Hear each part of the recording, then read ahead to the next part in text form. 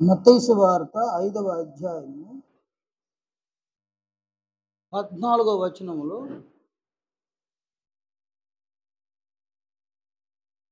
ప్రభువు ఇలాగున బోధించినారు. మీరు ఈ లోకమునకు వెలుగై ఉన్నారు.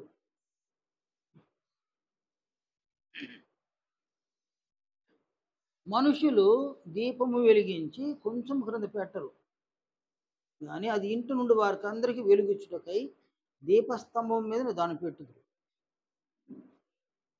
మనుషులు మీ సత్క్రియలను చూచి పరలోకమందున్న మీ తండ్రిని మహిమపరచునట్లు వారి ఎదుట మీ వెలుగు ప్రకాశింపనీయుడి అని ప్రభు సెలవిచ్చును.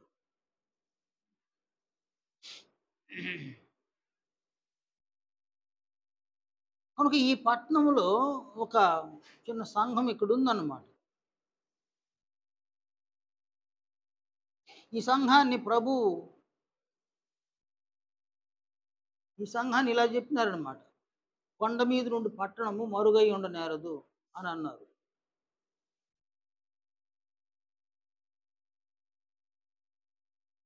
కనుక సంఘములో ఉన్న ప్రతి ఒక్కరూ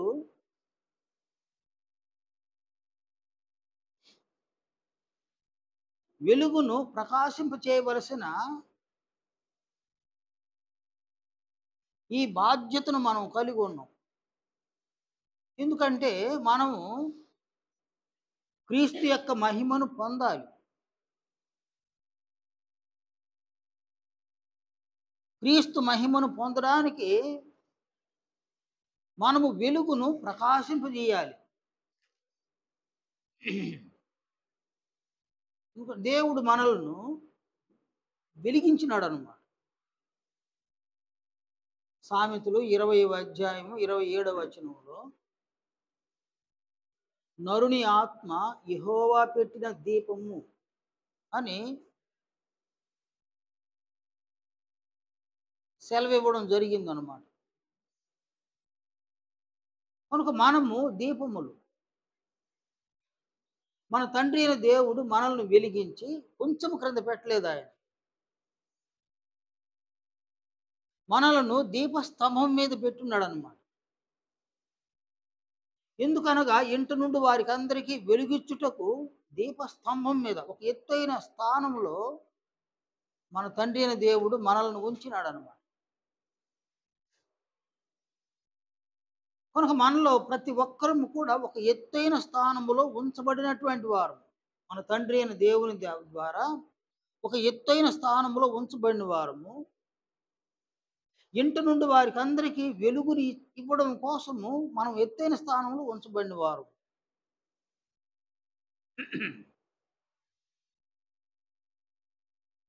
కాబట్టి ఇక్కడ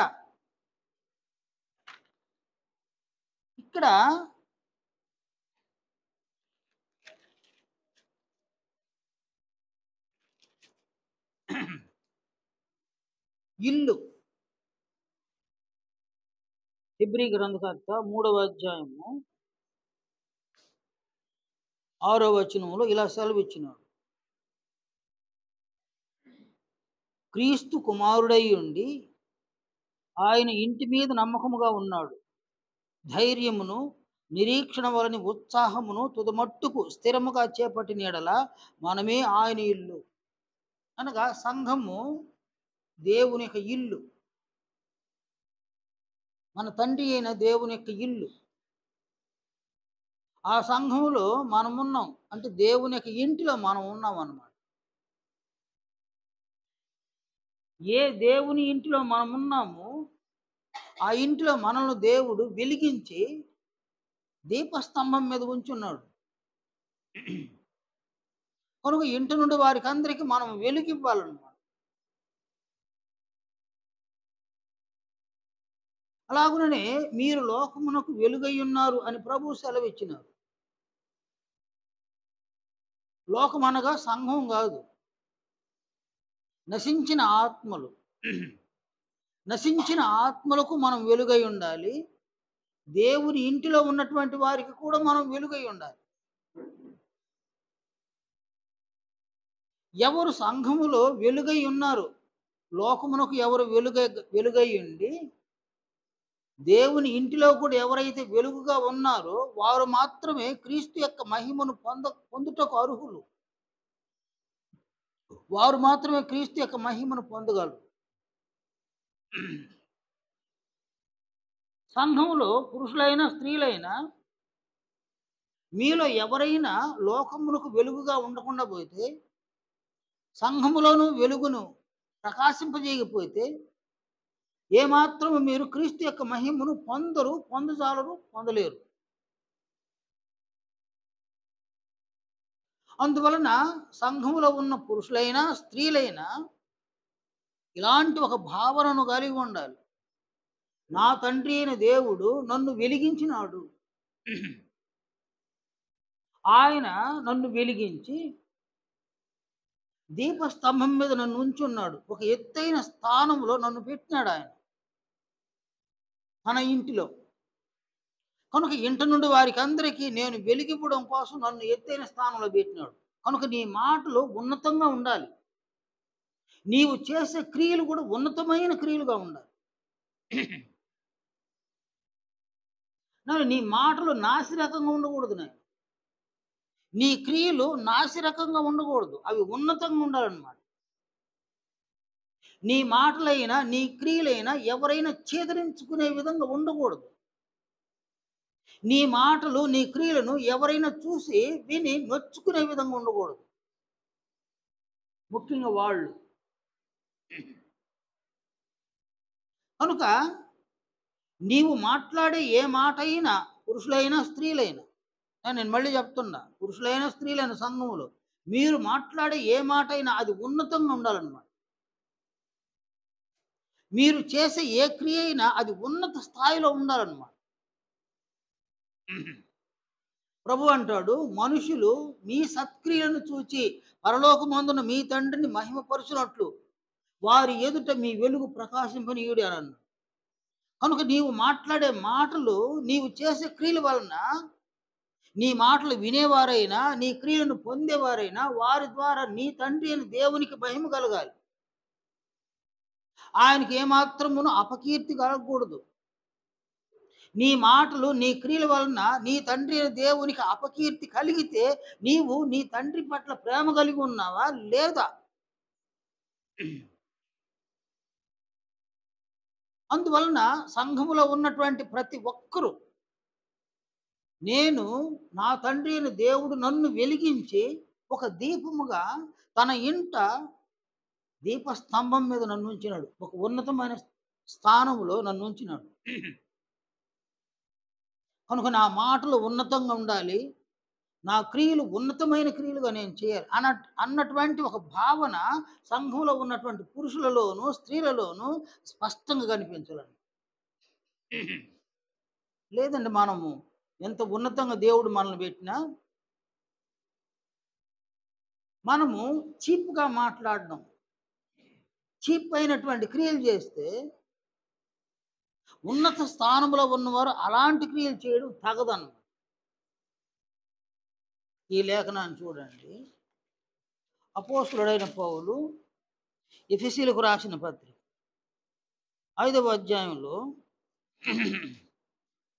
అని చెప్పినటువంటి మాటలు చూడండి.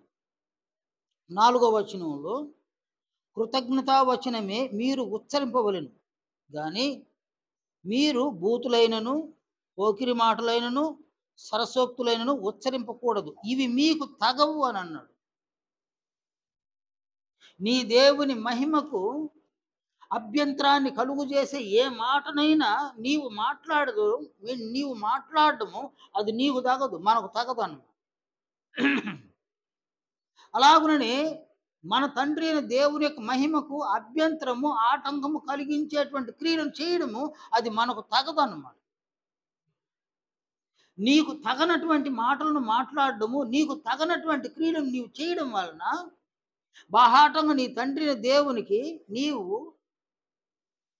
అపకీర్తిని కలుగు చేస్తావు అన్న. ఈ లేఖనాన్ని చూడండి. రోమాపత్రిక 2వ అధ్యాయంలో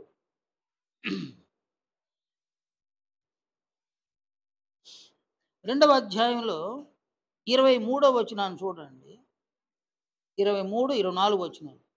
ధర్మశాస్త్రమందు అతిశయించు నీవు ధర్మశాస్త్రము మీరుట వలన దేవుని అవమానపరచెదవా? వ్రాయబడిన ప్రకారము మిమ్మును బట్టియే గదా దేవుని నామము అన్ని జనుల మధ్యను దూషింపబడుచున్నది. ఆనాటి యూదుల ద్వారా దేవుడు అవమానింపబడ్డాడు. అన్ని జనుల మధ్యన దూషింపబడ్డాడన్నమాట. అలాగునని నేడు నీ మాటలు, నీవు చేసే క్రియల వలన నీ దేవునికి అవమానం కలగకూడదు. నీ దేవునికి దూషణ కలగకూడదన్నమాట. నిన్ను ఎవరైనా దూషించినా పర్వాలా, నీ ద్వారా నీ దేవునికి దూషణ కలగకుండా జాగ్రత్త పడాలి. నిన్ను ఎంతమంది అవమానపరిచినా పర్వాలా, నీ ద్వారా దేవునికి అవమానం జరగకూడదు. జాగ్రత్త పడాలన్నమాట. ఎందుకంటే ఆయన మనలను కన్న మన తండ్రి. మనల్ని పోషించి సంరక్షిస్తూ ఉన్నటువంటి మన తండ్రి. ఒక మామూలు తండ్రి శరీరాన్ని పోషించి సంరక్షిస్తున్నాడు. కానీ ఈ తండ్రి మన ఆత్మలను, మన శరీరములను కూడా పోషించి సంరక్షిస్తున్నాడు. మన కొరకు పరలోక రాజ్యమును ఆయన సిద్ధం చేస్తూ ఉన్నాడు. మనల్ని పరలోక రాజ్యంలో తన కుమారులుగా అంగీకరించడానికి ఆయన ఇష్టపడుతున్నాడు. పరలోక రాజ్యమును మనకు ఒక స్వాస్థ్యముగా ఇవ్వడానికి ఆయన అనేక ఏర్పాట్లు చేస్తున్నాడు. అలాంటి నీ తండ్రికి నీ వలన అవమానం కలగడం, నీ వలన దూషణ కలగడం అనేది అది అది ఎంత చూడండి ఆయన అది ఎంత బాధకరం చూడండి. తెలుగులో ఒక పద్యం చిన్నప్పుడు మనం అందరం విన్నాం అన్నమాట. పుత్రోత్సాహము పుత్రులు జన్మించినప్పుడు పుట్టదు జనుల, పుత్రుని కనుగొని పొగడగా పుత్రోత్సాహము నాడు పుడుతుందని ఆ పద్యంలో చెప్పబడింది అనమాట. కనుక నిన్ను కని తన కుటుంబంలోనికి చేర్చుకొని నిన్ను పోషించి సంరక్షిస్తూ నీ కొరకు భవిష్యత్తును సిద్ధం చేసి పెడుతూ ఉంటే, అలాంటి నీ తండ్రికి నీవు అవమానం కలుగు చేయడము, అలాంటి నీ తండ్రికి నీవు దూషణ కలుగు చేయడం అనేది ఎలా సాధ్యం అది? అందువలన మనలో ఎవ్వరము కూడా ఈ భావనను కలిగి ఉండాలి. నేను ఉన్నతమైన స్థాయిలో ఉన్నాను. నా తండ్రి అయిన దేవుడు నన్ను ఉన్నతమైన స్థాయిలో ఉంచినాడు. నిన్ను నీవు ఆ ఉన్నతమైన స్థాయిలో చూసుకోవాలి. నీవు బీదవాడివా? పర్వాలా. కానీ దేవుడు నిన్ను ఉన్నతమైన స్థాయిలో పెట్టున్నాడు. నీవెంత బీదవాడివైనా నిన్ను దేవుడు ఉన్నతమైన స్థాయిలో పెట్టున్నాడు. నిన్ను నీవు ఆ తక్కువ స్థాయిలో చూసుకోవాల్సిన అవసరం లేదు. నిన్ను నీవు ఆ ఉన్నతమైన స్థాయిలోనే చూసుకోవాలన్నమాట. నేను దేవుని ఇంటిలో దీపస్తంభం మీద ఉంచబడినటువంటి దీపాన్ని. నిన్ను నీవు ఒక ఉన్నతంగా భావించడం వలన, నీ మాటలు ఉన్నతమైన స్థాయిలో మాట్లాడడం వలన, నీ క్రియలు ఉన్నతమైన స్థాయిలో నువ్వు చేయడం వలన క్రీస్తు యొక్క మహిమను పొందేటువంటి అవకాశం ఉంది. అందువలన సంఘములో ఉన్నటువంటి మనం లోకమునకు వెలుగై ఉన్నాం. దేవుని ఇంటిలో దీపమై ఉన్నాం. దీపస్తంభం మీద ఉన్న దీపమై ఉన్నాం అన్నమాట.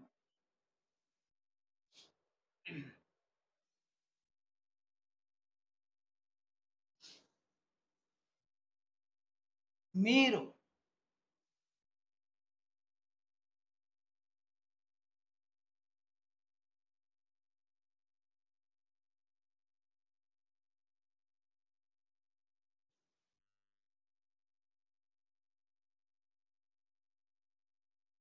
లోకమునకు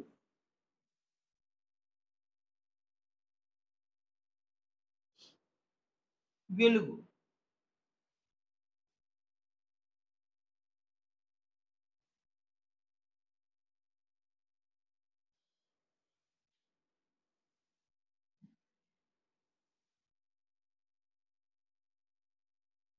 అలాగే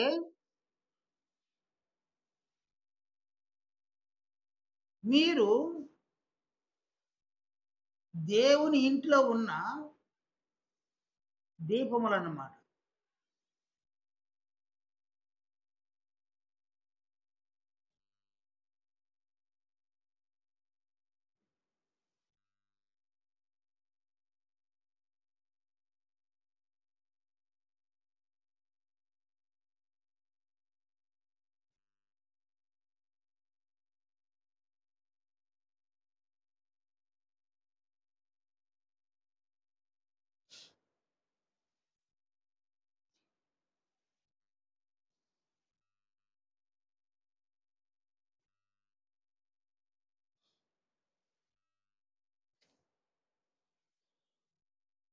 నీవు లోకమునకు వెలుగై ఉండాలి. లోకమనగా నశించినటువంటి వారు.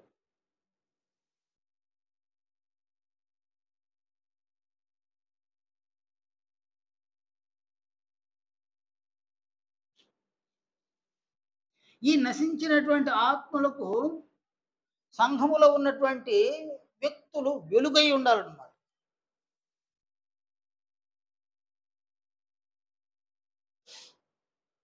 ఇప్పుడు వెలుగై ఉండడం అనగా ఎలా? వెలుగనగా సువార్త.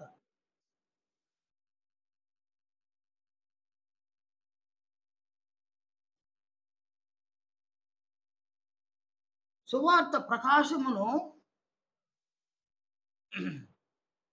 నశించిన ఆత్మల మీద ప్రకాశింపజేయాలి సంఘములో ఉన్న ప్రతి ఒక్కరు. కొరింథీ 2వ పత్రిక 4వ అధ్యాయము 4వ వచనంలో అపోస్తలుడైన పౌలు సెలవిచ్చిన ఈ మాటలు చూడండి. దేవుని స్వరూపి ఉన్న క్రీస్తు మహిమను కనుపరచు సువార్త ప్రకాశము. ఇక్కడ సువార్త ఒక ప్రకాశం అన్నమాట. కనుక నీవు వెలుగును ప్రకాశించడం అనగా సువార్తను ప్రకాశింపజేయడం నశించిన ఆత్మలకు. నీ ద్వారా అనేక మంది నశించిన ఆత్మలకు సువార్త ప్రకటింపబడాలి. అది వెలుగును ప్రకాశించడం. అది సత్క్రియ కూడా.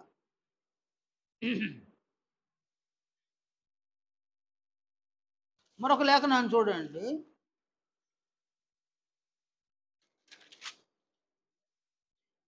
ఫిలిప్పీలకు రాసిన పత్రిక 2వ అధ్యాయము 14 నుంచి 16వ వచనం వరకు. ఇక్కడ అపోస్తలుడైన పౌలు బోధించిన ఈ సంగతులు చూడండి. సంఘమునకు ఇలా బోధించినాడు ఆయన. మీరు మూర్ఖమైన వక్రజనము మధ్య నిరపరాధులను నిష్కళంకులను అనింద్యులనైన దేవుని కుమారులగునట్లు సణుగులను సంశయములను మాని సమస్త కార్యములను చేయుడి. అట్టి జనము మధ్యను మీరు జీవవాక్యమును చేతపట్టుకొని లోకమందు జ్యోతుల వలె కనబడుచున్నారు. మొదటి శతాబ్దంలో సంఘస్థులు జీవవాక్యమును చేతపట్టుకొని లోకమునకు జ్యోతుల వలె కనబడ్డారన్నమాట. జ్యోతి. కనుక ప్రభువు సెలవిచ్చిన విధంగా మనుషులు దీపం వెలిగించి కొంచెం కింద పెట్టరు, కానీ అది ఇంట నుండి వారికి అందరికీ వెలుగుచ్చుటగా దీపస్తంభం మీదనే పెట్టుదురు అన్నాడు. దీపస్తంభం మీద ఒక దీపం పెట్టబడింది అన్నమాట. అలాగే ఫిలిప్పీ సంఘస్థులను ఆయన ఇలా చెప్పినాడు అనమాట. లోకమందు జ్యోతుల వలె కనబడుచున్నారు అని అన్నాడు. కనుక మొదటి శతాబ్దపు సంఘములో వారు జ్యోతుల వలె కనబడ్డారన్నమాట. జ్యోతి ఏం చేస్తుంది ఆయన? వెలుగును ప్రకాశింపజేస్తుంది అన్నమాట. వారు ఎలా వెలుగును ప్రకాశింపజేసినారు? జ్యోతుల వలె ఉండి ఎలా వెలుగును ప్రకాశింపజేసినారంటే ఫిలిప్పీ 1వ అధ్యాయము 3 నుంచి 6వ వచనం వరకు చూడండి. అక్కడ మొదటి దినము నుండి ఇది వరకు సువార్త విషయములో మీరు నాతో పాలివారయుండుట చూచి మీలో ఈ సత్క్రియను ఆరంభించిన వాడు యేసుక్రీస్తు దినము వరకు దానిని కొనసాగించునని రూఢిగా నమ్ముచున్నాను. కనుక ఇక్కడ సువార్తను ప్రకటించడంలో అపోస్తలునితో వీరు పాలివారై ఉన్నారన్నమాట. అంటే మొదటి శతాబ్దంలో సువార్త అన్ని జనులకు ప్రకాశింపబడింది అన్నమాట సంఘం ద్వారా.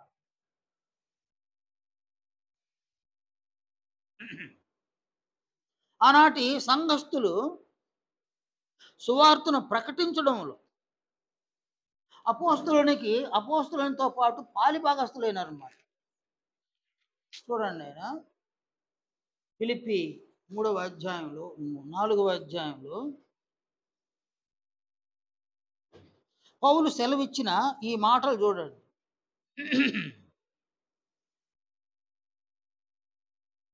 13వ వచనం నుండి 16వ వచనం వరకు, నన్ను బలపరచువానియందే నేను సమస్తమును చేయగలను.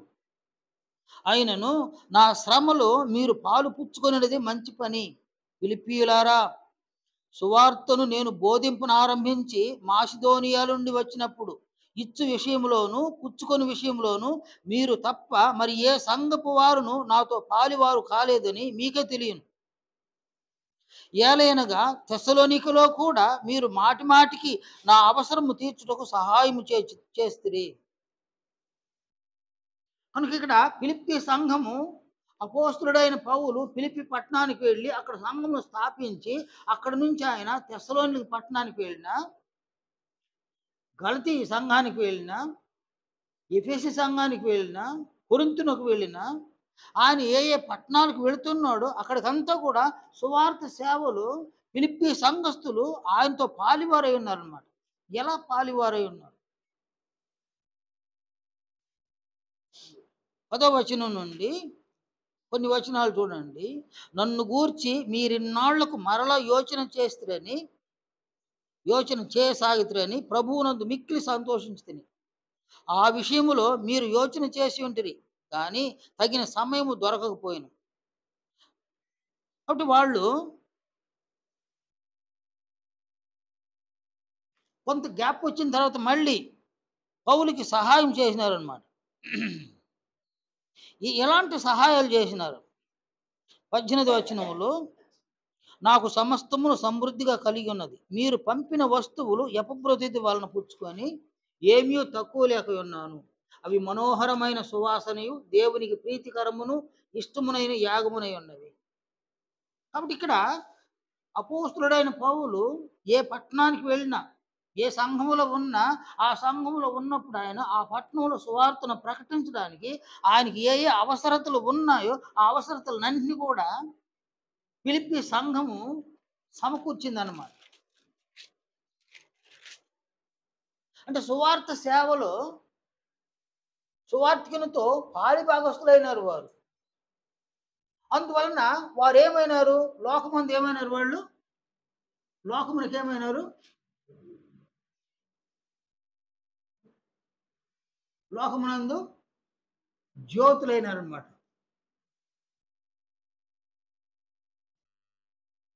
వారు సువార్తను ప్రకటించడానికి పౌలుతో పాలివారై తమ ధనమును, తమ బలమును, తమ సమయమును పౌలుకు సమకూర్చడం వలన, పౌలు సువార్తను ప్రకటించడం వలన వారు లోకమును జ్యోతుల వలె కనబడ్డారు. కనుక ఎక్కడ ఒక సంఘము ఉన్నదో ఆ సంఘము ద్వారా సువార్త ప్రకటన కొనసాగాలి. సంఘములో సువార్తికులు తయారు కావాలి. ఆ సంఘము నుంచి సువార్త ప్రకటన అనేక ప్రాంతాలకు విస్తరించాలి. అందులో సంఘములో ఉన్న ప్రతి ఒక్కరూ పాలిభాగస్తులు కావాలి. నశించిన ఆత్మలను రక్షించడం కోసం, ఆరిపోయినటువంటి దీపములను వెలిగించడం కోసం సంఘములో ఉన్న ప్రతి ఒక్క వ్యక్తి ప్రకాశించాలి. లోకమునకు ప్రకాశం కావాలన్నమాట. మొదటి శతాబ్దంలో ఇలాంటి ఒక కార్యక్రమం జరిగిందన్నమాట. అందువలన ఉన్నటువంటి మనము ప్రభువు సెలవిచ్చిన విధంగా మీరు ఈ లోకమునకు వెలుగై ఉన్నారు అని ఆయన సెలవిచ్చినారు. కనుక మనము ఈ లోకమునకు వెలుగుగా ఉండాలి. నిన్ను నీవు ఒక వెలుగుగా భావించాలి. ఒక ఉన్నతమైన స్థాయిలో ఉన్న వ్యక్తివిగా భావించాలి. పురుషులైనా, స్త్రీలనైనా చీప్‌గా మాట్లాడకూడదు. చీప్ అయిన క్రియలు చేయకూడదు. ఎందుకంటే అవి మనకు తగవన్నమాట. అలా మాట్లాడడం మనకు తగదు. అలాంటి క్రియలు చేయడం కూడా మనకు తగదన్నమాట. మనలో ప్రతి ఒక్కరూ పురుషులు, స్త్రీలు, యవ్వనస్తులు ప్రతి ఒక్కరు కూడా గౌరవార్థమైన మాటలు మాట్లాడాలి. ఎవరికి గౌరవము? నీ తండ్రి అయిన దేవునికి, నీ ప్రభువు అయిన క్రీస్తు యేసునకు గౌరవాన్ని కలిగించే మాటలు మాట్లాడాలి. వారికి అవమానం కలిగే మాటలు మాట్లాడకూడదు. నీ తండ్రి అయిన దేవునికి, నీ ప్రభువు అయిన క్రీస్తు యేసుకి ఘనత కలిగే మాటలు మాట్లాడాలన్నమాట.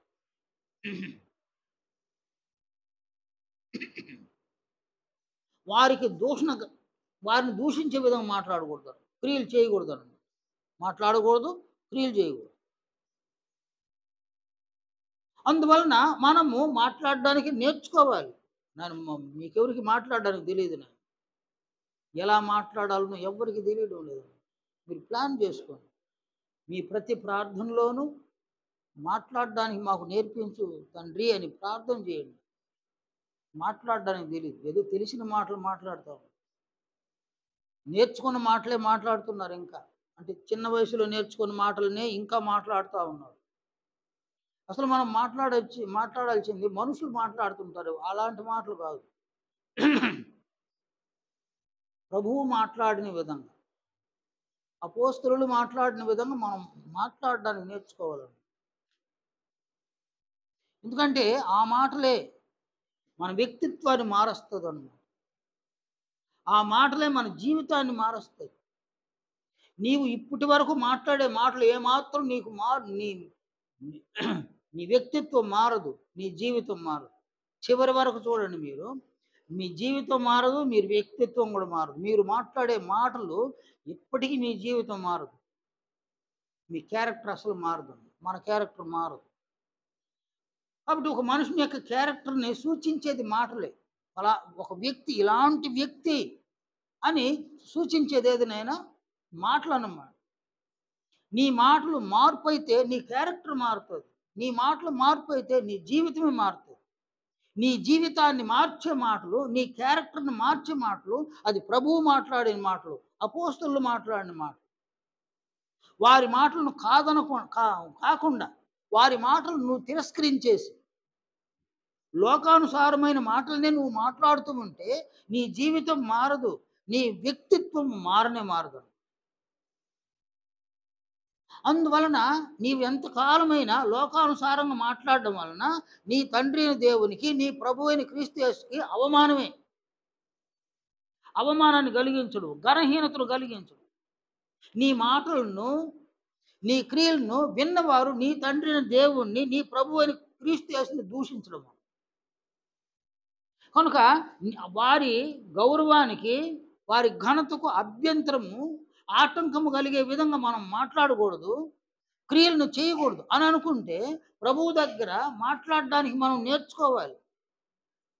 అందువలన ప్రభువు యొక్క మాటలను కంఠత చేయడానికి మీరు ప్రయాసపడాలన్నమాట.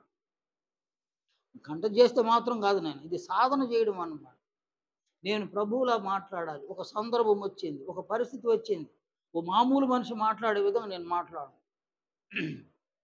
మాట్లాడడానికి తెలియకపోతే మౌనముగానైనా ఉంటాను, అంతేగాని మాట్లాడను.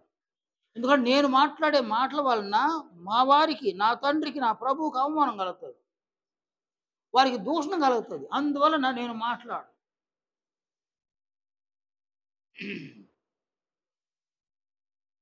కానీ యవ్వనస్తులు ఉన్నారు నాయన. నేను పోయిన ఆదివారం ఊరు నుంచి వస్తున్నాను. పెద్ద గొడవ జరుగుతుంది నాయన. అందరూ యవ్వనస్తులు ఉన్నారు. అక్కడ అందరూ యవ్వనస్తులు, అందరూ అనుజనులే.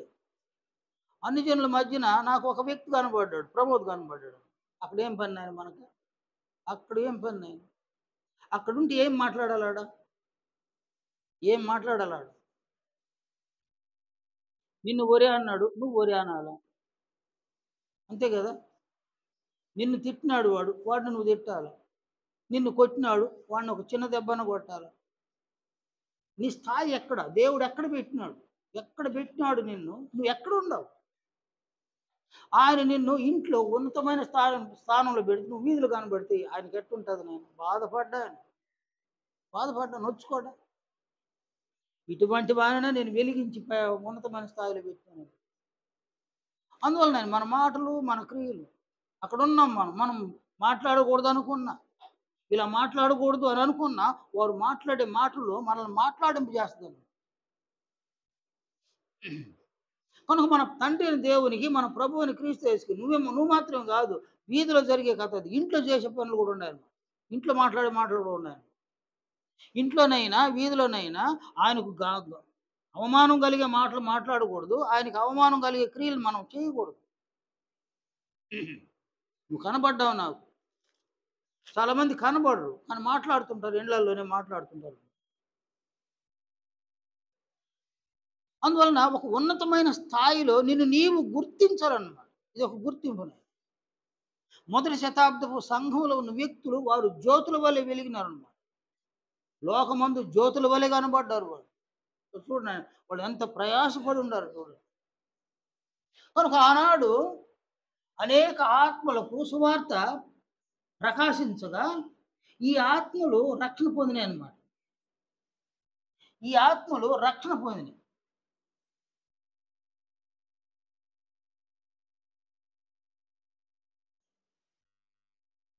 రక్షణ పొంది సంఘముతో ఈ ఆత్మలు చేర్చబడ్డాయి.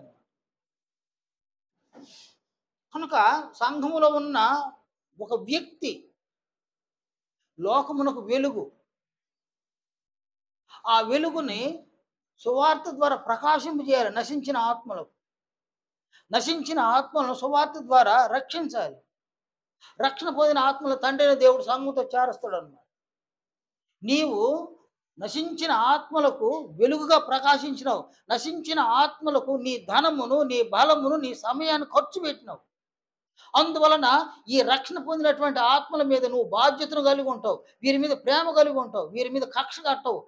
వీరి మీద నువ్వేమి తప్పుగా వారి ఎడలు నడుచుకోవన్నమాట. ఎందుకంటే నీవు వారిని రక్షించడం కోసం ఎంత బలాన్ని, ఎంత సమయాన్ని, ఎంత ధనాన్ని ఖర్చు పెట్టినావు అవన్నీ జ్ఞాపకం చేసినప్పుడు వీరి మీద అపారమైన ప్రేమ, గౌరవం కలుగుతుంది. సంఘంలో ఉన్న వారిని చులకనగా మాట్లాడే వాళ్ళు ఉంటారు నాయన. ఎందుకు అంత చులకనగా మాట్లాడతారు? ప్రేమల వాళ్ళ మీద. ఎందుకు ప్రేమ లేదు? వాడి కోసం ఏం కష్టపడాలి. నీ బిడ్డలు చూడండి నాయన. నీ బిడ్డల మీద చాలా ప్రేమ ఉంది. ఎందువల్లంటే వారికి నీ ధనాన్ని, నీ బలాన్ని, నీ సమయాన్నంతా ఖర్చు పెట్టినావు. అందువలన వారంటే ప్రేమ. ప్రేమే కాదు, గౌరవం కూడా. నీవెవరి కోసము నీ బలమును, నీ ధనమును, నీ సమయమును ఖర్చు పెడతావో వారంటే ప్రేమ ఉంటుంది. వారంటే గౌరవం ఉంటుంది. నీవు ఎవరికి ఇవన్నీ ఖర్చు పెట్టవో వారంటే చులకన భావం ఉంటుంది అన్నమాట. చీదరించుకొని మాట్లాడడం సంఘంలో ఉన్న వ్యక్తుల్ని అది రైట్ కాదు నేను.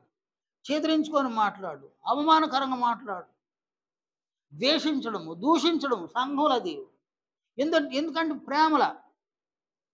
కనుక నీవు సంఘములో ఉన్న స్త్రీలైనా పురుషులైనా మీ ధనమును, మీ బలమును, మీ సమయమును ఖర్చు పెట్టి ఎవరికైనా సువార్తను ప్రకాశింపజేసి ఆత్మలను రక్షిస్తే ఆ ఆత్మల పట్ల ప్రేమ ఉంటుంది. ఆ ఆత్మల పట్ల గౌరవం ఉంటుంది. ఆ ఆత్మల పట్ల బాధ్యతగా వ్యవహరిస్తాం అన్నమాట.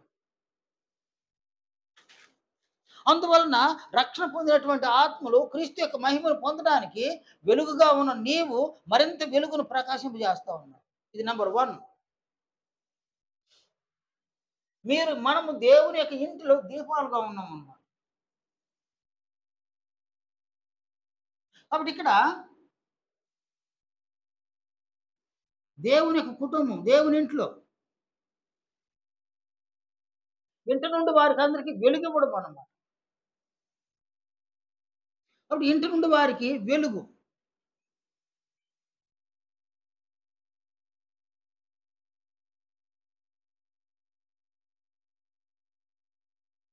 ఇంటి నుండి వారికి వెలుగివ్వడం అన్నమాట.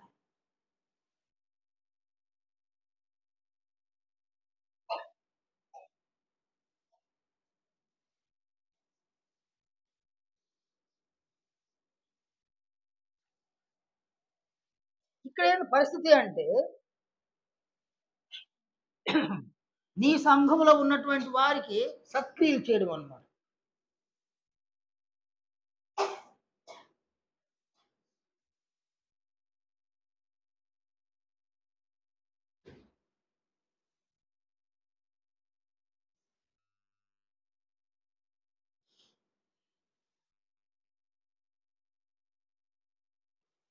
యాకోబు మన పత్రికలో సెలవిచ్చిన ఈ మాటలు చూడండి. 2వ అధ్యాయము 15, 16 వచనాలు. సహోదరుడైనను సహోదరి అయినను దిగంబరులై ఆనాటికి భోజనము లేక ఉన్నప్పుడు మీలో ఎవడైనను శరీరమునకు కావలసిన వాటిని ఇయ్యక సమాధానముగా వెళ్ళుడి, చలి కాచుకొనుడి, తృప్తి పొందుడని చెప్పిన యెడల ఏమి ప్రయోజనము? కాబట్టి ఇక్కడ నీవు ఏ ఇంటిలో దీపంగా దేవుడు నిన్ను ఉంచినాడో ఆ ఇంట్లో ఉన్నటువంటి వారు ఆనాటికి భోజనం లేకుండా ఉండరు. నేను ఇది రెగ్యులర్గా కాదు.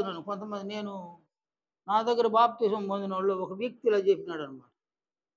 సత్క్రియలు చేయాలి నాయన, సత్క్రియలు చేయాలి మనము అని అంటా ఉంటే ఆయన ఏమంటాడంటే, ఆయన సంఘ సభ్యులతో చెప్తున్నాడు అనమాట.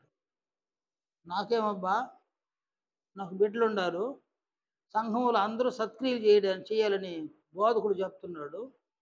ఇక అందరూ నాకు సత్క్రియలు చేస్తే నా బిడ్డలు పెరుగుతారు, వాళ్ళని పోషిస్తారు, సంరక్షిస్తారు, పెళ్ళిళ్ళు కూడా వాళ్ళే చేస్తారు. చూడండి కథలు చూడండి. పెళ్ళి కూడా వాళ్ళే సంఘమే చేసేస్తారు, సత్క్రియ చేసేస్తారు.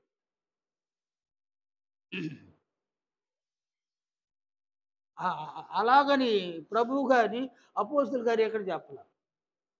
ఏంటంటే క్రీస్తు యొక్క మహిమను పొందడం, దాని కోసం సత్క్రియలు ఆనాటికి భోజనం లేకుండా ఉంటుంది, ఆనాటికి దిగంబరిగా ఉంది. కానీ ఇక్కడ పనిచేసేటువంటి ఒక అవకాశమును దేవుడు మానవులకు మాత్రమే ఇచ్చినాడు.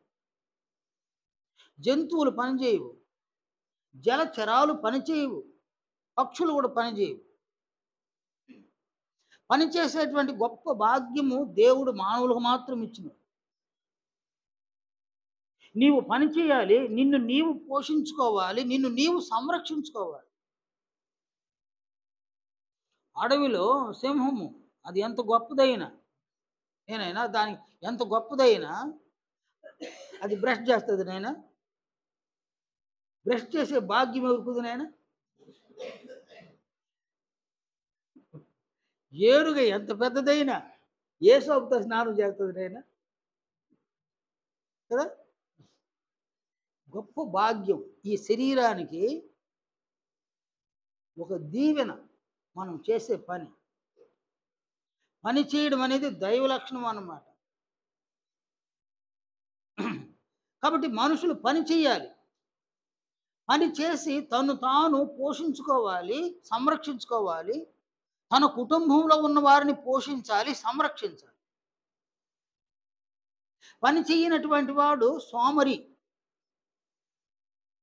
కాబట్టి ఇక్కడ జంతువులు, పక్షులను చూడండి, అవి కేవలము ఆహారమును సంపాదించుకోవడం కోసం అవి ప్రయాణిస్తున్నాయన్నమాట. ఆనాటికి ఆహారం దొరికితే వాటికి డైరెక్ట్గా ఆహారం దొరకాలి. అంటే పని చేసి డబ్బు సంపాదించుకొని మార్కెట్కి వెళ్ళి ఆహారం కొనుక్కునే పరిస్థితి వాటికి లేదు. డైరెక్ట్గా ఆహారాన్ని సంపాదించుకోవాలి. అందుకోసం అవి ఆహారం కోసం వేటాడుతాయి. ఆహారాన్ని వేటాడి లేక ఆహారాన్ని వెతుక్కొని ఆహారాన్ని భుజిస్తాయి. ఆహారం ఆనాటికి దొరక్కపోతే అవి పస్తులను. సింహం ఎంత పెద్దదైనా, ఎంత పెద్ద పేరైన దానికి ఒక వారం ఆహారం దొరక్కపోయినా వారం రోజులు ఉపవాసం ఉంటుంది. 10 రోజులు ఆహారం దొరక్కపోయినా అది ఏం తినదన్నమాట. ఆహారం దొరికిన దినాన ఆహారం తింటది. ఆహారం దొరక్కపోతే అది పస్తులే ఉంటది. మనిషి అలా గాదు. మనిషి పని చేస్తే సంపాదించుకుంటే ఆహారాన్ని 3 పూట్ల భోంచేయగలడు. ఆహారాన్ని అతడు దాచుకోగలడు. ఆహారమును కూర్చుకోగలడనమాట. ఒక్క ఆహారమే గాదు, వస్త్రాలే గాదు, వెండి, బంగారం అవే గాదు, ఒక ఇంటి స్థలం, ఒక ఇల్లు, అనేకాన్ని శరీరానికి కావలసిన వాటన్నిటిని కూడా మనిషి సమకూర్చుకోగలుగుతాడనమాట. కానీ పని చేయాలి. పని చేయాలి. పని చేస్తూ ఉన్నాడు. అనారోగ్యం వచ్చింది. పని చేసుకోలేకపోతున్నాడు. ఇప్పుడు అతనికి శరీరమునకు అవసరాలు ఏర్పడ్డాయన్నమాట. శరీరమునకు కావలసినవి ఉన్నాయి ఇప్పుడు. ఆ శరీరానికి కావలసిన వాటిని సంఘములో ఉన్నటువంటి వ్యక్తులు సమకూర్చడం ఈ సత్క్రియలన్నమాట. అది నీవు నీ నీ తండ్రి అయిన దేవుని యొక్క కుటుంబంలో నీవు ఒక దీపముగా వెలుగునివ్వడం అన్నమాట సత్క్రియలు. అంటే ఒక వ్యక్తి నిరంతరము సంఘం నన్ను పోషిస్తుందని అనుకోకూడదు. సంఘం నిన్ను పోషిస్తే అది రైట్. అది ఎక్కడ ప్రభువు చెప్పరు, అపోస్తలులు చెప్పరు. కాబట్టి ఇక్కడ సంఘంలో ఎవ్వరు సోమరులుగా ఉండకూడదు. ప్రభు అంటాడు కదా, సోమరివైన చెడ్డదాసుడా అని అన్నాడు ఆయన. కాబట్టి సంఘంలో ఉన్న వ్యక్తులు సోమరులుగా ఉండకూడదు. ఎవరికి వారు కష్టపడి పని చేయాలి, సంపాదించుకోవాలి. ఇతరుల మీద ఆధారపడకూడదు అన్నమాట.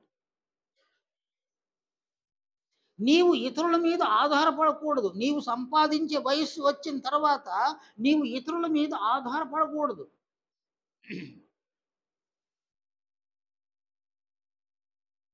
ఈ లేఖనాన్ని చూడండి. అపోస్తులకు లాంటి వ్యక్తులు ఎలా సెలవిచ్చినారు చూడండి.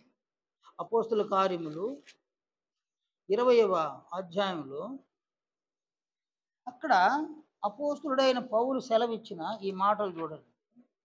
20వ అధ్యాయము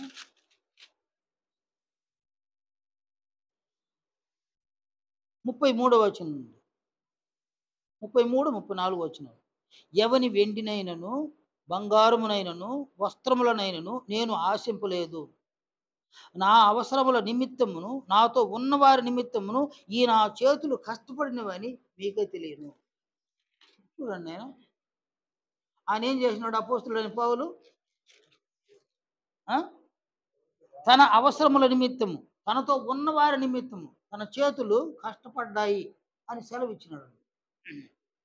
కనుక సంఘంలో ఉన్న ప్రతి ఒక్కరూ తమ అవసరాల నిమిత్తము, తమతో ఉన్నవారి అవసరాల నిమిత్తము కష్టపడి పని చేసుకోవాలి. సోమరులుగా సంఘంలో ఉండకూడదు. పరిస్థితి బాగల, అనారోగ్యం వచ్చింది, ఒక అపాయమే వచ్చింది, ఆ కుటుంబంలో ఆహారానికి కొరత అయింది, లోటయింది, ఆహారం అవసరంగా ఉంది. అప్పుడు ఆ సంగతిని సంఘంలో దీపాలుగా ఉన్నారు చూడండి, వారు గుర్తించాలి. వారు గుర్తించి వారు ఆ కుటుంబానికి వెలుగునివ్వాలన్నమాట. ఆ వెలుగే సత్క్రియలు చేయడం వలన.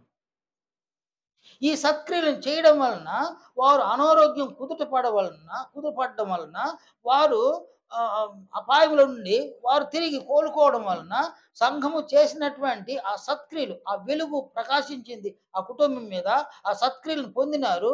వారు సహితము నా సంఘములో ఉన్న వ్యక్తులు నన్ను ఎంత ఆదరించినారు, నన్ను ఎంత కనికరించినారు, మమ్మల్ని ఎంత ప్రేమించినారు అని వారిలో భావన కలిగితే వారు సహితము సంఘములో ఉన్న వ్యక్తులను ఆదరించడానికి, కనికరించడానికి, ప్రేమించడానికి వీళ్ళు సిద్ధపడతారు. నెక్స్ట్ సంఘంలో మరొక కుటుంబంలో ఏదో జరిగింది, అప్పుడు వీరు కూడా సంఘంతో కలిసి ఆ కుటుంబానికి మీద ప్రేమను చూపిస్తారు.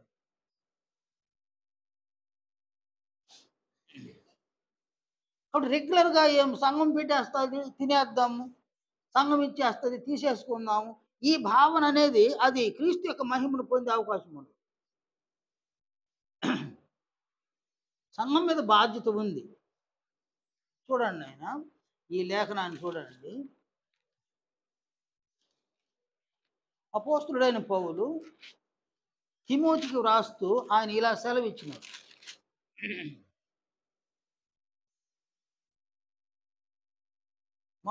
మామూలు సంఘాలన్నిట్లో కూడా ఆదివారం అనేది వచ్చేస్తే ఆదివారం చర్చ్ జరపడము, ఆ చర్చికి వస్తుంటారు ఎక్కువ మంది. ముసలి వాళ్ళు వస్తుంటారు నాన్న. ముసలి వాళ్ళల్లో కూడా మగవాళ్ళు రారు.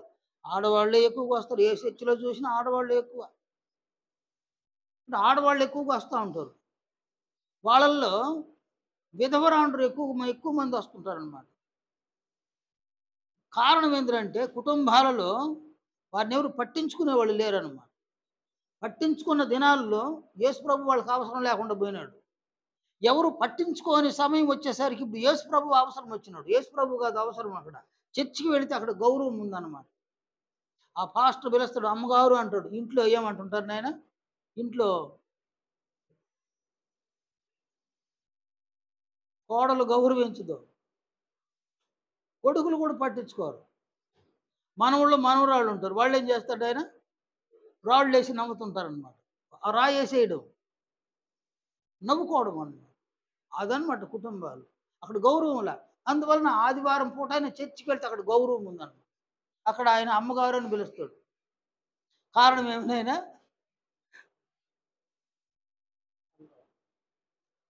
వాళ్ళేం సంతరిస్తారు? వాళ్ళేం సంతరిస్తారు? వాళ్ళు వచ్చింది ఎందుక? ఆ ఫ్యాన్ గాలి ఉంటుంది, బాగా నిద్ర వచ్చి వాక్యం వింటారు. ఆ వాక్యం వినేది ఏం లేదు, నేను బాగా నిద్రపోవడం అనమాట. మీరు గమనించండి. మీరు చర్చ అవ్వగానే భోజనం పెడతారు. సాయంత్రం దాకా ఆ ఫ్యాన్ గాలి కింద ఉండేసి ఇంటికి వెళ్ళిపోవచ్చు అనమాట. ఇంటికి వెళ్ళేటప్పుడు కుసూరమని పోవడం, ఇంక ఈ వారం అంతా అక్కడ ఏగాల అనుకోవడం, పోవడం అనమాట. అక్కడ ఆదివారం భోజనం పెడుతుంటారు. సంవత్సరానికి ఒకసారి ఈ విధవరాండ్రికి అందరికి వస్త్రాలు ఇస్తూ ఉంటారు. కానీ సంఘం యొక్క నియమాన్ని చూడండి. తిమోతికి రాసిన మొదటి పత్రిక 5వ అధ్యాయంలో 4వ వచనాన్ని చూడండి ఆయన. అయితే ఏ విధవరాలికైనను పిల్లలు గాని మనుమలు గాని ఉండిన ఎడల వీరు మొదట తమ ఇంటి వారి ఎడల భక్తి కనపరుచుటకు తమ తల్లిదండ్రులకు ప్రత్యుపకారం చేయుటకును నేర్చుకొనవలెను. ఇది దేవుని దృష్టికి అనుకూలమై ఉన్నది. దీని అర్థమైంది నైనా? సంఘంలో ఎవరైనా విధవరాండ్రు ఉంటే వారి బాధ్యత అంతా సంఘం కాదు, సంఘంగానే కాదండి. అనాథి అయిన విధవరాలు ఎవరైనా సంఘంలో ఉంటే అలాంటి వారి విషయంలో సంఘం బాధ్యతగా వ్యవహరించాలి. ఒక విధవరాలికి పిల్లలుంటే ఆ పిల్లలు ఏం చేయమంటాడు ఆయన? ఆ విధవరాలి పట్ల భక్తి కనబరచాలన్నమాట. తల్లిదండ్రుల పట్ల ప్రత్యుపకారం చేయటం వాళ్ళు నేర్చుకోవాలన్నమాట.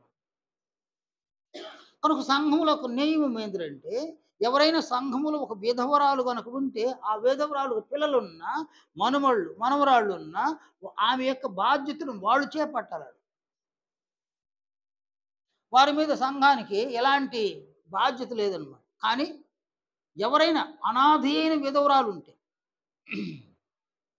అనాథి అయినటువంటి విధవరాలు 5వ వచనంలో అయితే నిజముగా అనాథి అయిన విధవరాలు ఏకాకి అయి ఉంది, అంటే ఎవరిలో ఆమెకి ఏకాగ్యం ఉంది, దేవుని మీదనే తన నిరీక్షణ ఉంచుకొని విజ్ఞాపనల యందును ప్రార్థనల యందును రేయింబగలు నిలుకొడుగా ఉండును. అలాంటి వారంటే వారి మీద బాధ్యత సంఘానికి అంటారు. అందువల్ల ఇక్కడ సంఘానికి ఒక కుటుంబానికి నిరంతరం సత్క్రియలు చేసే బాధ్యత కాదు నాయన.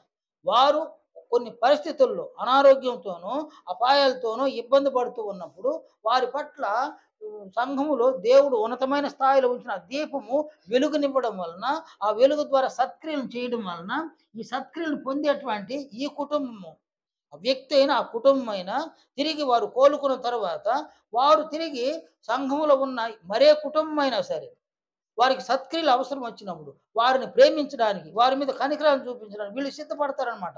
కాబట్టి వెలుగును ప్రకాశింపజేసిన వారు క్రీస్తు యొక్క మహిమను పొందగా, వెలుగును పొందిన వీరు సహితము క్రీస్తు మహిమను పొందడానికి మరొక రోజు ఇంకొక కుటుంబానికి ప్రేమ చూపించడానికి, సత్క్రియ చేయడానికి వీళ్ళు ముందుకు వస్తారు. ఇది సంఘములో ఉన్నటువంటి ప్రోగ్రాము.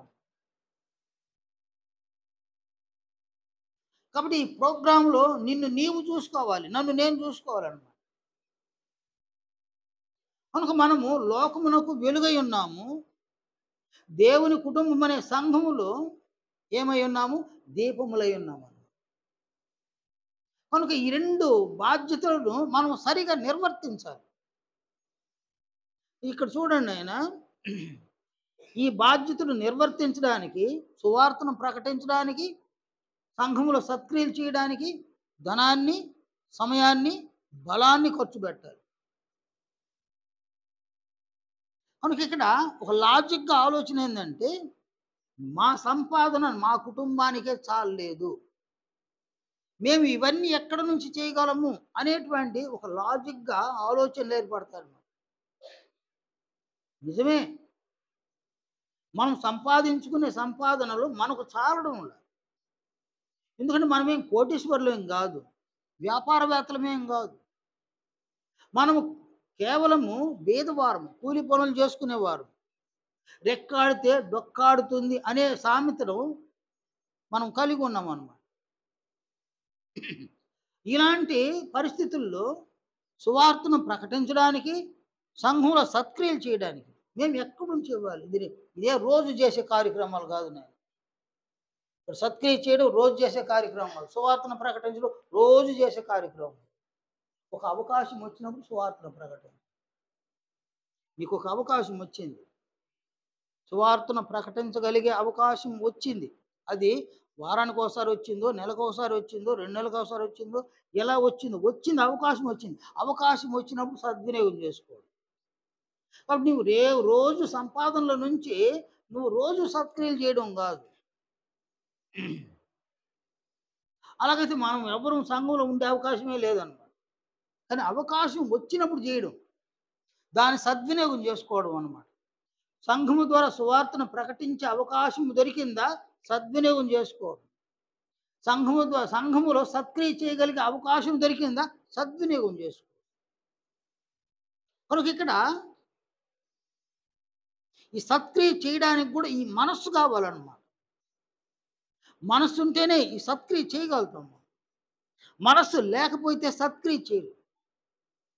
కొంతమందికి ఈ సత్క్రియ చేసే మనస్సు ఉంటుంది సంఘంలో. మరి కొంతమందికి సత్క్రియ చేసి మనస్సే ఉండదన్నమాట. సంకుచితముగా ఆలోచన. నేను ఈ డబ్బును ఖర్చు పెట్టేయడం వల్ల నాకేం లాభము అనే సంకుచితమైన భావన, సంకుచితమైనటువంటి ఆలోచన. ఆయన అంటాడు, ఇవ్వండి మీకు ఇవ్వబడును అన్నాడు. అంటే వాగ్దానమును సైతం వీరు నమ్మరన్నమాట. ఇవ్వండి మీకు ఇవ్వబడు. వాగ్దానమును నమ్మరు, అంటే విశ్వసించరు అన్నమాట. అంటే ఈ వాగ్దానాలను విశ్వసించలేదంటే వాగ్దానము చేసిన వారిని విశ్వసించడం లేదన్నమాట.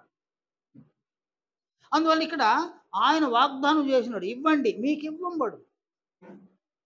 పుచ్చుకొనుట కంటే ఇచ్చుట ధన్యము అని ప్రభువు సెలవిచ్చినారన్నమాట.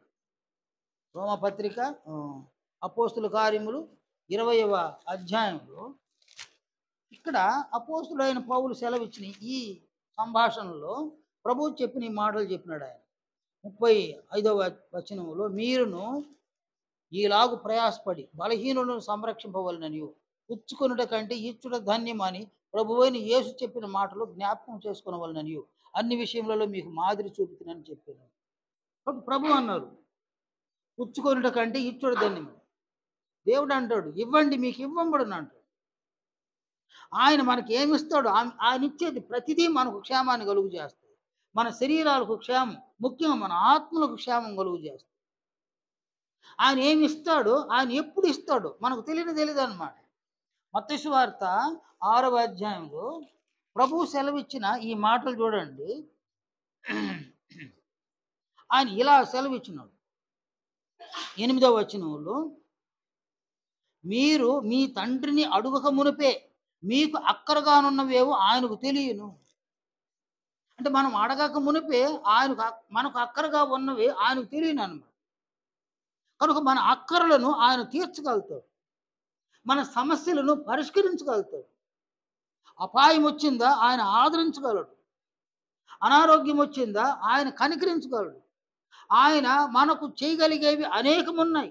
1 కాదు, 2 కాదు. నీవు ఆయనకు చేయగలిగింది ఏమి లేదు. నీవు దేవునికి చేయగలిగింది ఏమీ లేదు. నీవు చేయగలిగేదంతా నీ సహోదరునికి, నీ సహోదరికి, లేక అన్ని జనులకు సువార్త ప్రకటించడానికి నీ సమయాన్ని, బలాన్ని, ధనాన్ని ఖర్చు పెట్టినావు. సంఘంలో ఉన్న సహోదరులను వారిని ప్రేమించడానికి ధనమును, బలమును, సమయాన్ని ఖర్చు పెట్టి సత్క్రియలు చేసినావు. నీవు ఖర్చు పెట్టే ఏ రూపాయైనా నీ సమయము, నీ బలమైన మనుషుల కోసమే. ఆ మనుషులు ఎవరంటే దేవుని పిల్లలు. నీవు డైరెక్ట్‌గా దేవునికి ఖర్చు పెట్టడం. నీవు మనుషులకు ఖర్చు పెడితే అది ఆయనకు ఖర్చు పెట్టినట్టుగా భావించే వ్యక్తి అన్నమాట. నీ ఇంట్లో 2 బిడ్డలున్నారు నాయన. ఒక బిడ్డకు నువ్వు ఖర్చు పెట్టి చూడు. మరొక బిడ్డ నాకేం ఖర్చు పెడుతున్నావు అని అడుగుతారన్నమాట.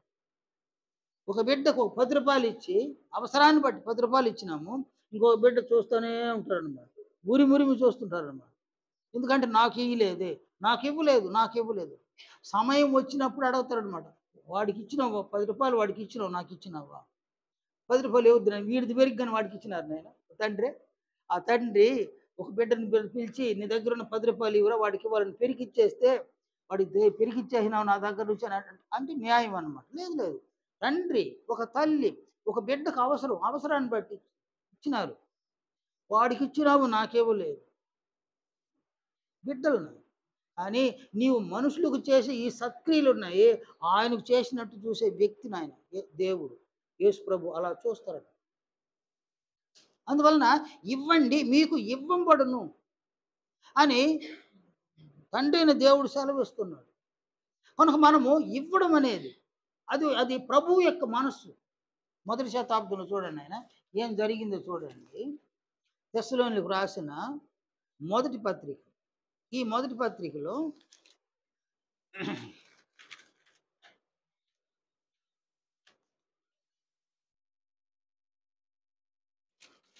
4వ అధ్యాయము 9వ వచనాన్ని చూడండి. ఇది 12వ వచనం వరకు కూడా. సహోదర ప్రేమను గూర్చి మీకు వ్రాయనక్కరలేదు. తెస్సలోనికి పట్టణంలో ఉన్న సంఘస్థులకు పౌలు వ్రాసిన సంగతి అన్నమాట. సహోదర ప్రేమను గూర్చి మీకు వ్రాయనక్కరలేదు. మీరు ఒకరిని ఒకడు ప్రేమించుటకు దేవుని చేతనే నేర్పబడుతుంది. అక్కడేం జరిగింది నాయన? ఈ ప్రేమను ఎవరి దగ్గర నేర్పబడ్డారంటే వాళ్ళు నేర్చుకున్నారంట, దేవుని చేతనే నేర్పబడుతుంది. 10వ వచనం, అలాగుననే మాసిదోని ఎందంతటా ఉన్న సహోదరులందరినీ మీరు ప్రేమిస్తున్నారు. మాసిదోని అంటే ఒక రాష్ట్రం అన్నమాట. అది ఆ రాష్ట్రంలో ఎక్కడెక్కడ సంఘాలు ఉన్నాయో ఆ సంఘాలు ఉన్న సహోదరులందరినీ కూడా తెస్సలోనికలో ఉన్న సంఘస్థులు ప్రేమిస్తున్నారు.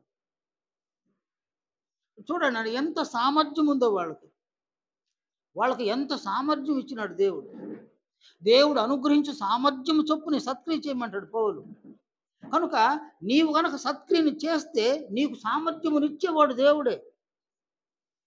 కనుక నేను చేయలేను, నా సంపాదన నా కుటుంబానికే చాలదు, నేను చేయలేను అనుకుంటే మనం ఎప్పటికీ చేయలేం. అందువలన మన ప్రభు అయిన క్రీస్తు యేసు ఒక సంఘటనను శిష్యులకు తెలియజేసిన సంఘటన ఏంటంటే, హుండీలో అనేక మంది కానుక పెట్టింది కదా నాయన. కానుక పెట్టిలో డబ్బున్న వారు చాలా మంది డబ్బులు వేస్తూ పోతున్నారు. ఒక విధవరాలు వచ్చింది. ఆమె ఎంత వేసింది అంటాడు ఆయన? 2 కాసులు వేసింది అన్నమాట. కానీ ప్రభు అన్నాడు వారందరికంటే ఈమె ఎక్కువ వేసిందని అన్నాడు. దేన్ని బట్టి అన్నాడు ఆయన? వాళ్ళు ఉన్న దాంట్లో నుంచి కొంచెం వేసినారు. ఈమెయితే ఆనాటికి ఆమెకు కలిగిన జీవనాన్ని అంతా వేసింది. జీవనం అంటే ఏంది నాయన? ఆనాటికి ఆహారానికి అదే. అది వేసేస్తే ఆమెకి ఆహారం లేదు. అంటే ఆమె తన జీవనాన్ని పూర్తిగా వేసేస్తుంది. ఇది ప్రభు ఎందుకు చెప్పినాడు? ఎందుకు చెప్పినాడు? అక్కడ చెబుతూ లూకా సువార్త 6వ అధ్యాయంలో బీదలైన మీరు ధన్యులు అన్నాడు. కాబట్టి ఇక్కడ ఎందుకు ఆయన దాన్ని తెలియజేసినారు అని అంటే, ఇవ్వడానికి మనస్సు ఉండాలి అని చూపిస్తాడు అనమాట. ఆ విధవరాలకి ఎంత మంచి మనసు ఉందో చూడండి అన్నాడు. కనుక మనం ఇస్తే ఆయన పుచ్చుకొని ఆయన సైలెంట్ అయిపోయే వ్యక్తి కాదన్నమాట. చూడండి, మన దగ్గర పుచ్చుకొని సైలెంట్ అయిపోయే వ్యక్తి కాదు. నువ్వు ఇస్తే ఆయన మళ్ళీ ఇస్తాడు. కానీ నువ్వు ఇచ్చినంత ఇవ్వడు ఆయన. ఆయన ఇచ్చేది ఏదైనా బెస్ట్ అన్నమాట. బెస్ట్గా ఇస్తాడు అన్నమాట. ఆయన ఇచ్చేది నీ శరీరానికి మేలు జరుగుతుంది, ముఖ్యంగా నీ ఆత్మకు కూడా మేలు జరుగుతుంది. కనుక ఇక్కడ ఇవ్వడం అనేది ఒక మంచి మనస్సు. కనుక సంఘములో నుంచి సువార్తను ప్రకటించడం అనేది ఒక మంచి మనసు. అలా ప్రకటించేవారు ఎవరంటే వాళ్ళు లోకమునకు జ్యోతులన్నమాట. అలాగే సంఘములో సత్క్రియలను చేయడం అనేది ఒక మంచి మనస్సు అన్నమాట. క్రీస్తు మనస్సు ఇది. కనుక ఈ సత్క్రియను చేసేటువంటి వారికి ఈ దేవుడు మళ్ళీ ఈ సామర్థ్యం ఇస్తాడు. సత్క్రియను పొందేవారు మళ్ళీ సత్క్రియ చేస్తారు. సత్క్రియ చేసేవాళ్ళు మరింత సామర్థ్యాన్ని దేవుడు అనుగ్రహిస్తాడన్నమాట. ఎందుకు ఈ కార్యక్రమాలు ఎందుకంటే, ఈ 2 కార్యక్రమాలు ఎందుకంటే, ఈ 2 కార్యక్రమాలు ఎవరైతే చేస్తున్నారో వారు మాత్రమే క్రీస్తు యొక్క మహిమను పొందుతారు.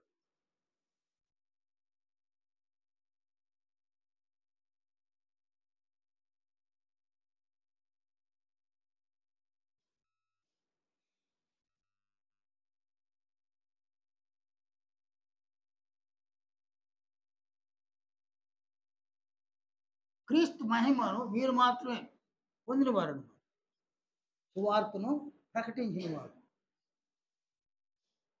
అలాగే సంఘములో ఉన్న కుటుంబాల్లో సత్క్రియ చేసినవారు. వీరు మాత్రమే క్రీస్తు యొక్క మహిమను పొందినవారు. ఇలాగున సువార్తను ప్రకటించడానికి వెలుగు వలె వాళ్ళు ప్రకాశించలేదు లోకానికి. అలాగే దేవుని ఇంటిలో ఉన్న దేవుని పిల్లలకి అవసరమైనప్పుడు వారు సత్క్రియ చేయడం లేదు. ఇక్కడ వెలుగును ప్రకాశింపడం. అందువల్ల వాళ్ళు ఏమైపోయినారు పూర్తిగా అంటే వారు చీకటిమయమైపోయారు. పూర్తిగా చీకటిమయమైపోయినారు. చీకటి అయితే చీకటి సంబంధమైన మాటలు మాట్లాడడం, చీకటి సంబంధమైన క్రియలు చేయడం, చెడ్డ మాటలు మాట్లాడడం, చెడ్డ క్రియలు చేయడం. పూర్తిగా వాళ్ళు క్రీస్తు యొక్క మహిమను పొందరన్నమాట. ఈ క్రీస్తు యొక్క మహిమను పొందినటువంటి వాళ్ళు తీర్పు దినమునాడు ప్రభువునకు ఎడమ వైపు నిలుచుకోవాల్సి వస్తుందన్నమాట. అక్కడ నన్ను విడిచి అపవాదికిని వాని దూతలకును సిద్ధపరచబడి నిత్యాగ్నిలో నిబండి అంటాడు. అవకాశం ఇచ్చినాము, అవకాశాన్ని సద్వినియోగం చేసుకోలేదు. అనగా క్రీస్తు యొక్క మహిమను పొందడానికి సంఘంలో అవకాశం ఇవ్వబడింది. ఈ 2 కోణాల్లోనూ అవకాశాన్ని మీరు సద్వినియోగం చేసుకోలేదు. అందువలన మీరు నన్ను విడిచి అపవాదికి వాని దూతలకు సిద్ధపరచబడిన నిత్యాగ్ని ఇవ్వండి. అలాగే కుడివైపున ఉండి వారిని చూసి నా తండ్రి చేత ఆశీర్వదింపబడిన వారులారు. ఎవరంటే క్రీస్తు మహిమను పొందినవారు. రండి, లోకం పుట్టింది మొదలుకొని మీ కొరకు సిద్ధపరచబడిన రాజ్యమును స్వతంత్రించుకోండి. కాబట్టి క్రీస్తు మహిమను ఎవరైతే పొందుతారో వారిని దేవుడు తన రాజ్యానికి, తన మహిమకు ఆయన పిలుస్తాడు. సంఘం నుండి సంఘం నుంచి పరలోక రాజ్యానికి ఆయన పిలుస్తాడు. అందువల్ల అంతిమంగా మనము క్రీస్తు యొక్క మహిమను పొందాలి. ఆ మహిమను పొందుటకు మనము లోకమునకు వెలుగుగా ఉండాలి. సంఘములో కూడా మనం వెలుగుగా ఉండాలి. లోకమునకు సువార్త ప్రకాశాన్ని ప్రకాశింపజేయాలి. సంఘములో వెలుగును ప్రకాశింపజేయాలి. సత్క్రియల ద్వారా వెలుగును ప్రకాశింపజేయాలి. ఈ వెలుగును మనం సత్క్రియలు చేయడం ద్వారా వెలుగును ప్రకాశింపజేస్తే, సువార్తను ప్రకటింపజేస్తే మనము వెలుగుమయం అవుతాం. మన దేహము వెలుగుమయం అయిపోతుంది అన్నమాట. మన దేహం వెలుగుమయమైతే మన దేహంలో ఉన్న ప్రతి అవయవము వెలుగుమయమైంది. నీ దేహము వెలుగుమయమైతే నీ దేహములోని ప్రతి అవయవము వెలుగుమయమైతే ఈక్వల్ ఎవరినైనా నువ్వు ఈక్వల్ క్రీస్తు అన్నమాట. క్రీస్తు యొక్క దేహాన్ని ముట్టుకుంటే అని స్వస్థతలు పొందినారన్నమాట. నీ దేహం అంత పరిశుద్ధమైన దేహంగా మారుతుంది. నీ దేహముతో ఎవరైనా దీవించినావో వారు దీవెనకరంగా ఉంటారు. నీ దేహముతో ఎవరైనా బాగుండాలని చెప్పినా వాళ్ళు బాగుంటారు. నిన్ను దూషించి నిన్ను ద్వేషించి వాళ్ళు ఏం మూట కట్టుకోబోయేది ఏం లేదు. పాపం తప్పితే వేరే మూట కట్టుకోబోరు ఏం లేదు. ప్రభు అంటాడు, ఆయన ఇస్కరియోతు యూదాను గురించి ఏం చెప్పినాడు ఆయన? వాని మేడకు తిరుగుట్రాయి కట్టబడి మిక్కిలి లోతైన సముద్రంలో ముంచి వేయబడ్డ మేలు, వాడు అసలు భూమి మీద పుట్టకుండా పోయింటే మేలు వాడికి. ఎవరిని గురించి? ఇస్కరియోతు యూదాను గురించి. ఎందువలన? ఒక వెలుగుమయమైన శరీరాన్ని అప్పగించినాడు మరణానికి. నీ శరీరం వెలుగుమయమైతే పవర్నైనా, శరీరమే పవర్నైనా, నీవు నోరు తెరిచి ఎవరినైనా బాగుండాలంటే బాగుంటాను. నువ్వు ఏ ఇంట్లోనైనా అడుగు పెడితే వారు క్షేమంగా ఉంటారు, సమాధానంగా ఉంటారు. ఆ స్థాయిని మనం అందుకోవాలి. మన శరీరాలే వెలుగుమయమైన శరీరాలుగా ఉండాలంటే మనం వెలుగును ప్రకాశించాలి. 2 కోణాల్లో. లోకమునకు వెలుగు, సంఘములోనికి వెలుగుగా ఉండాలి. నీవు మర్చిపోకూడదెప్పుడు. నేను దీపస్తంభం మీద ఉన్న దీపాన్ని నేను. అలాగే నేను లోకమునకు వెలుగుగా ఉన్నాను. కాబట్టి నా బాధ్యత సువార్తను ప్రకటించడం నా బాధ్యత. సంఘములో సత్క్రియలను సమయోచితాన్ని బట్టి, అవసరాన్ని బట్టి సత్క్రియలు చేయడం అనేది నా బాధ్యత. ఈ బాధ్యతను నెరవేర్చడం కోసం నేను ప్రయాసపడతా. నేను పని చేస్తా. నన్ను నేను పోషించుకుంటా. నా కుటుంబంలోని వాళ్ళని పోషిస్తా, సంరక్షిస్తా. నా ప్రభువు యొక్క కార్యాలు నేను చేస్తా. నేను ఈ కార్యాలను చేస్తూ ఉండగా క్రీస్తు యొక్క మహిమను నేను పొందుతాను. ఆ మహిమను పొందడానికి నా తండ్రి అయిన దేవుడు నన్ను సంఘంలోకి చేర్చాడు అని మనలో మనం ఈ నిర్ణయాన్ని గాని తీసుకోగలిగితే ఎప్పటికప్పుడు మనం వెలుగును విరాజిమ్మడానికి మనం ప్రయాసపడితే మనం క్రీస్తు యొక్క మహిమను పొందుతాం. ప్రభువైన క్రీస్తు యేసు మీరు లోకమునకు వెలుగయ్యున్నారు అన్న ఆ పదాన్ని మనం నెరవేర్చిన వాళ్ళం. మీరు ఇంట నుండి వారికి వెలుగై ఉన్నారు అన్న ఆ పదాన్ని మనం నెరవేర్చిన వారు. మనము ధన్యులు మాత్రం. అందువలన సంఘంలో ఉన్న ప్రతి ఒక్కరు పురుషులైనా స్త్రీలైనా క్రీస్తు యొక్క మహిమను పొందడానికి దేవుడు చేసినటువంటి ఏర్పాట్లు ఈ 2 కోణాలను దృష్టించండి. నెంబర్ 1 లోకమునకు వెలుగుగా ఉండు. నెంబర్ 2 సంఘంలో వెలుగుగా ఉండు, దేవుడి కుటుంబంలో వెలుగుగా ఉండు. రెండింటిని మనం ఫాలో అయితే కష్టం నాయన, చాలా కష్టం. దీన్ని కానీ ఎవరైనా మీరు ఫాలో అయితే వారు మిగిలిన వారికి మాదిరికరం అవుతారు. వారు వెలుగుమయమైపోతారు. వారు క్రీస్తు యొక్క మహిమను పొందుతారు. కాబట్టి ఈ ఏర్పాటులో మనం అందరం కొనసాగడానికి దేవుడు మనల్ని కనికరించి ఉండగా ఈ ఏర్పాటును మీలో ప్రతి ఒక్కరు గుర్తించండి, ప్రతి ఒక్కరు గ్రహించండి. ఈ ఏర్పాటును అనుసరించి జీవించడానికి ప్రయాసపడండి.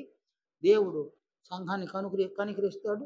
ఈ సంఘంలోని మనం అందరం కూడా వెలుగు సంబంధంగా మనం మారుతాము. క్రీస్తు యొక్క మహిమను మనం పొందుతాం. దయచేసి ఆలోచించండి.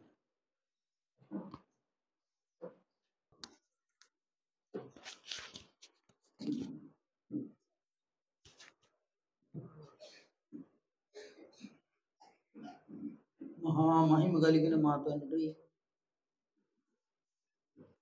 కనికరం కలిగినటువంటి మా దేవ, ఈ పరిశుద్ధ దినంలో మీ సముఖమునందు మా వ్యక్తిత్వంలో ఉన్న లోపములను సవరించుకోవడానికి, ప్రభువు యొక్క మహిమను మేము పొందడానికి సంఘమునందు ఎలాగున మేము వెలుగును ప్రకాశింపవలసి ఉన్నదో, లోకంలోనికి సువార్త ప్రకాశమును ఎలాగున ప్రకాశింపజేయవలసి ఉన్నదో, ఈ సంగతులను దయతో మాకు నేర్పించినందుకు కొరకు మీకు స్తుతులు, స్తోత్రములు, కృతజ్ఞతలు చెల్లిస్తున్నాము.